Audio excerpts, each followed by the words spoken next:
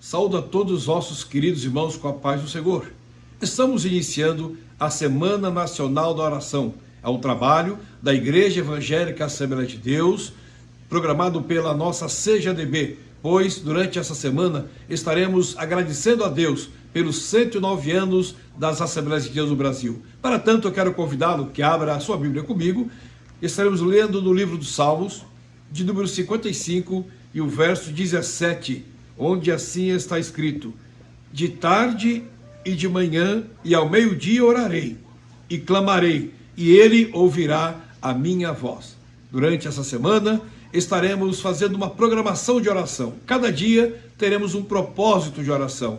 Isto é para agradecer ao Senhor pela nossa igreja no Brasil, lembrando sempre dos nossos missionários, Daniel Berg e Gunnar Wingre, que trouxeram o pentecostalismo para o Brasil. Participe conosco, será muito importante nós participarmos dessa programação.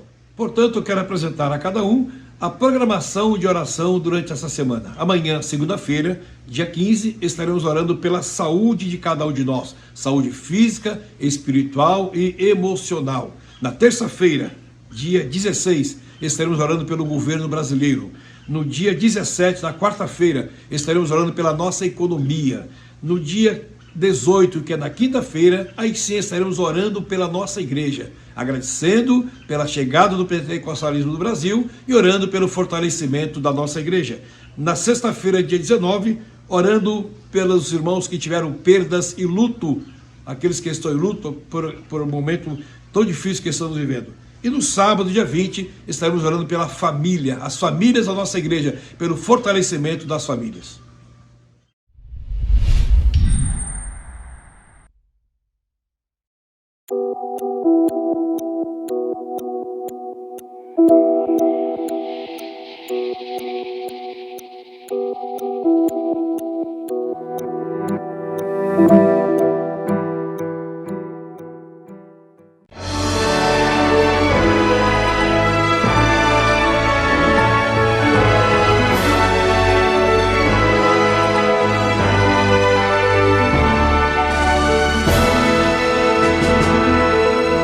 Subsídios.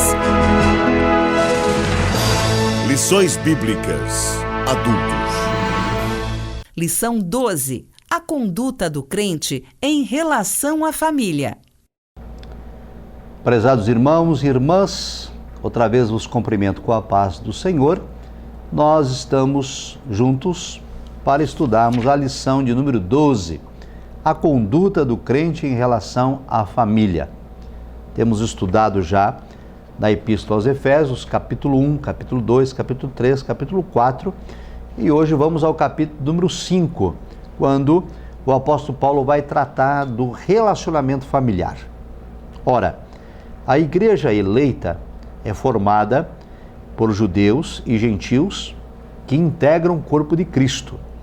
E esse corpo de Cristo requer que se comporte acima da média ética e moral da sociedade mundana em que nós estamos inseridos. Então, o apóstolo Paulo tratou no capítulo 4 da unidade dentro da igreja, da unidade entre os irmãos, da necessidade de sermos humildes, sermos mansos, longânimos e suportar uns aos outros. E agora Paulo vai tratar da unidade familiar, da unidade dos relacionamentos dentro de casa, e também ele trata aqui da unidade entre patrão e empregado, seriam a unidade social na área trabalhista. Bem, a lição se divide em 3 pontos: a conduta do crente como marido, a conduta do crente como esposa e a conduta do crente como filho. Enfatizamos esses 3 pontos. Começamos com o papel do marido como líder da família. No contexto familiar bíblico, o marido é a cabeça do lar. Esta autoridade, ela segue um princípio. As Escrituras dizem: Deus é a cabeça de Cristo, Cristo é a cabeça da igreja e o homem é a cabeça da mulher. Assim, dentro do lar, cabe ao marido o papel de chefe, ou seja, é do marido a responsabilidade de liderar a sua casa. Mas como? Do mesmo modo como Cristo lidera a igreja, visando o bem-estar absoluto da sua casa, do seu lar, da sua esposa e de seus filhos. Aqui, então, prezado professor, é importante nós fazermos um parênteses para tratar das questões pós-modernas, especialmente dos movimentos feministas que têm surgido em nossa sociedade, de cunho neomarxista, em que esse modelo bíblico, que é chamado na cultura secular de modelo patriarcal, esse modelo vem sendo contestado pelas feministas que têm ideações neomarxistas, não só de feministas, mas de militantes marxistas, de que esse sistema patriarcal é opressor, que coloca o homem na posição superior da mulher, e etc, e etc. E nós queremos, nessa lição bíblica, deixar muito claro, como coloquei aqui na lição, que esse movimento é falacioso no que diz respeito aos cristãos. Nós estamos tratando de uma lição bíblica para cristãos. Reconhecemos que existe violência contra a mulher, reconhecemos que existe opressão contra as mulheres, mas no modelo bíblico cristão, nenhuma dessa possibilidade existe. Nem de opressão, nem de violência, nem de descaso, nem de desconstrução. Ao contrário, o modelo bíblico coloca o homem como chefe do lar para liderar a sua família, como já disse, assim como Cristo lidera a igreja visando o seu bem-estar. De modo que, no modelo cristão, o fundamento é o amor e o respeito mútuo. E nós temos que deixar isso claro, porque muitas vezes os cristãos estão sendo intimidados, amordaçados pelo politicamente correto e então tentam minimizar o papel do homem e da mulher no contexto bíblico, porque estas movimentações que desconstroem o modelo bíblico vêm com um patrulhamento ideológico, tentando, de uma forma ou de outra, desacreditar e enquadrar como machista quem defende o princípio bíblico. Inclusive, a própria Bíblia é considerada por esses movimentos de machista, de homofóbica, de preconceituosa e etc. E nós estamos aqui defendendo o modelo bíblico, dizendo claramente que no modelo bíblico cristão, o marido é o chefe do lar, não é o opressor do lar, não é o ditador do lar, não é o déspota do lar, e não lidera com autoritarismo, mas com autoridade, visando o bem-estar e o respeito mútuo e o amor dentro da família.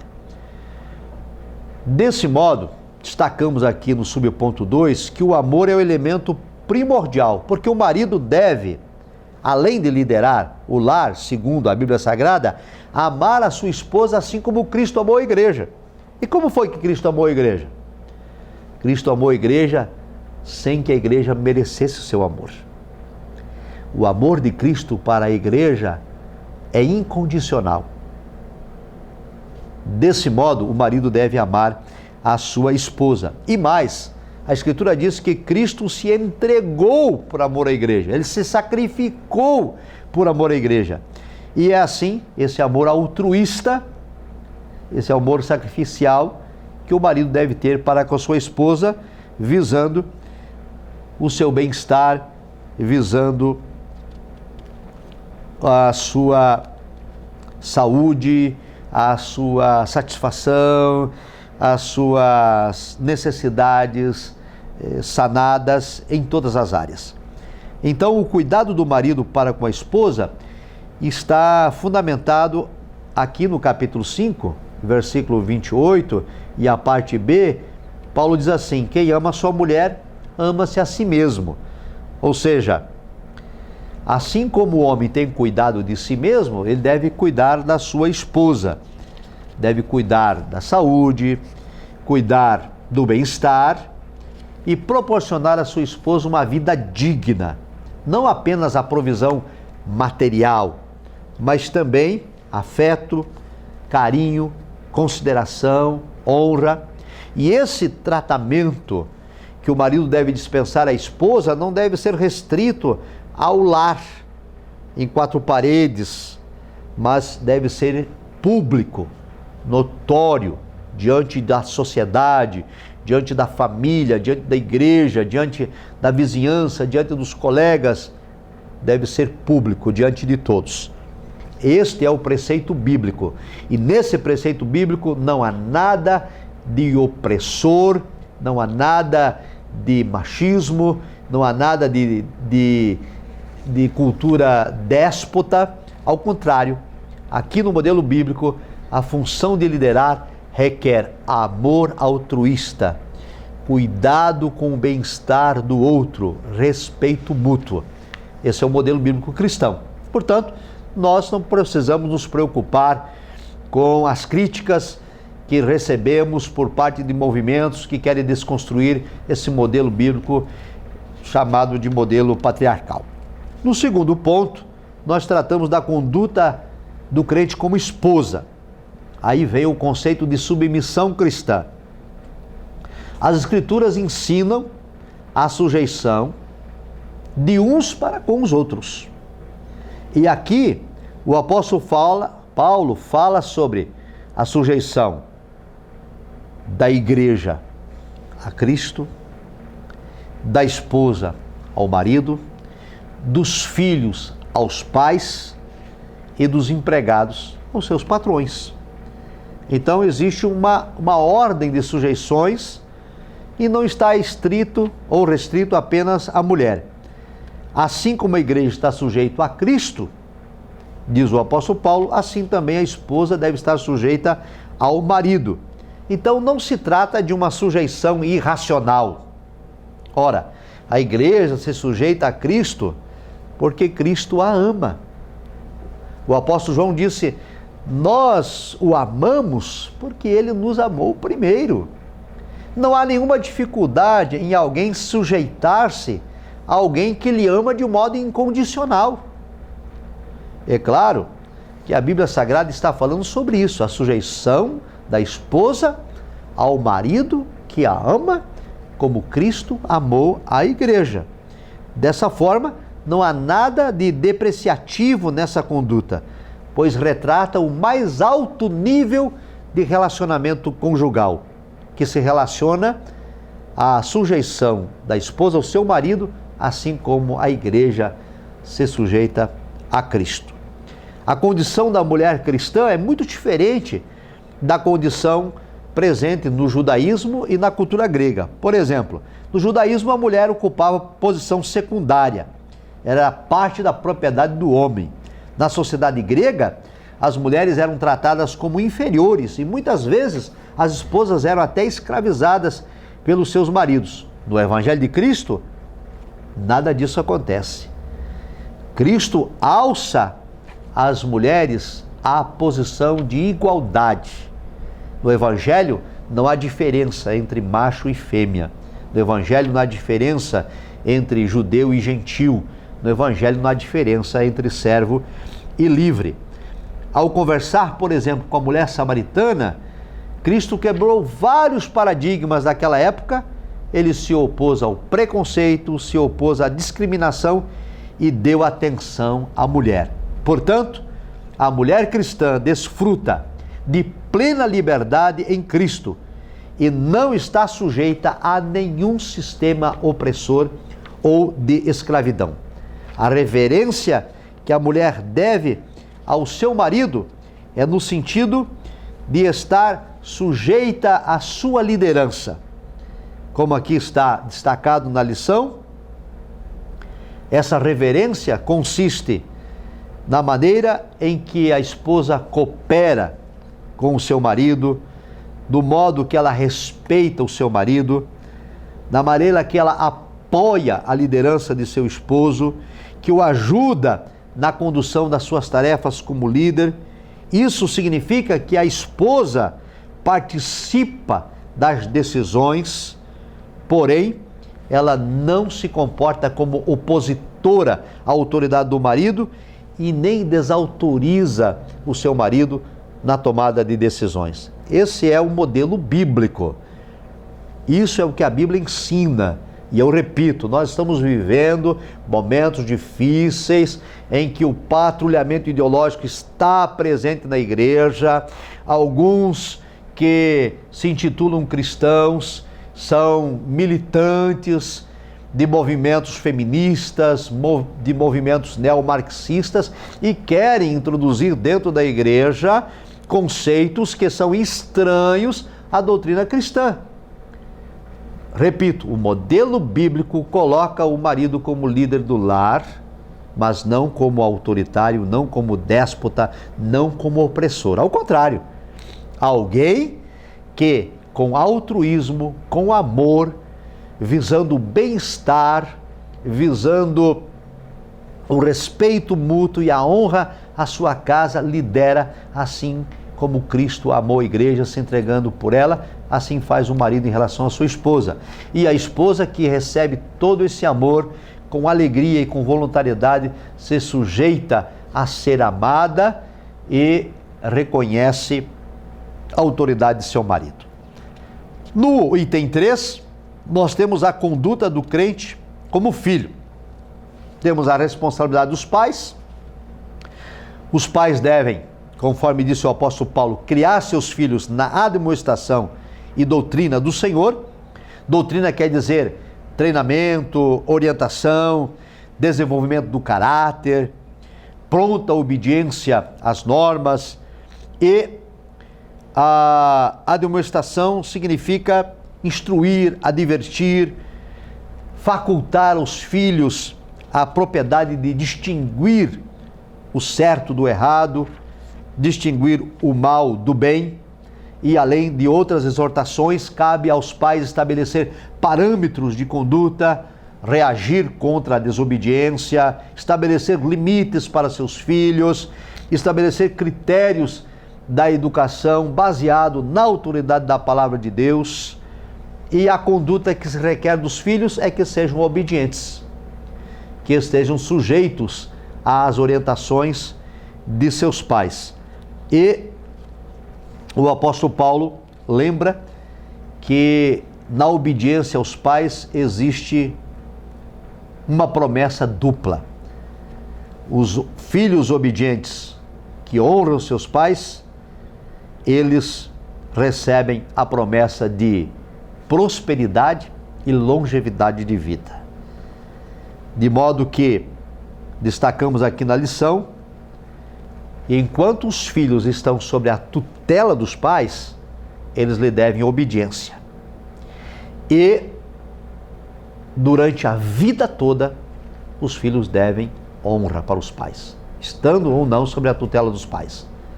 Depois de casado, depois de atingido a maioridade, depois de ter tido independência econômica, eles ainda devem aos pais a honra.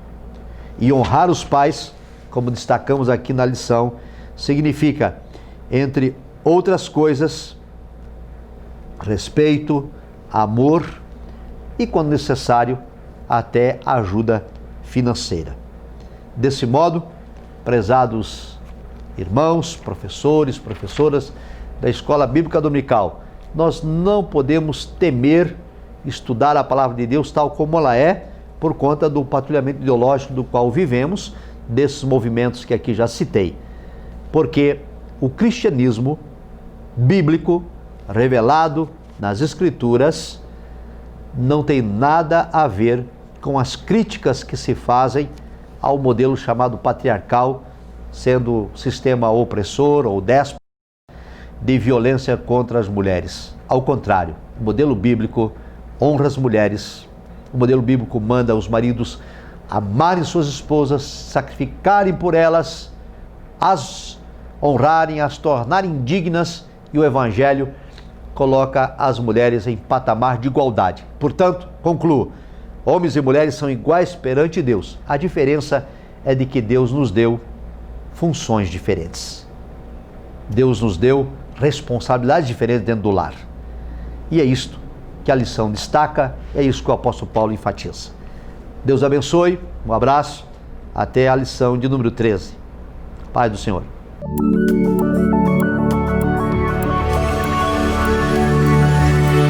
CPAD, a editora da Escola Dominical.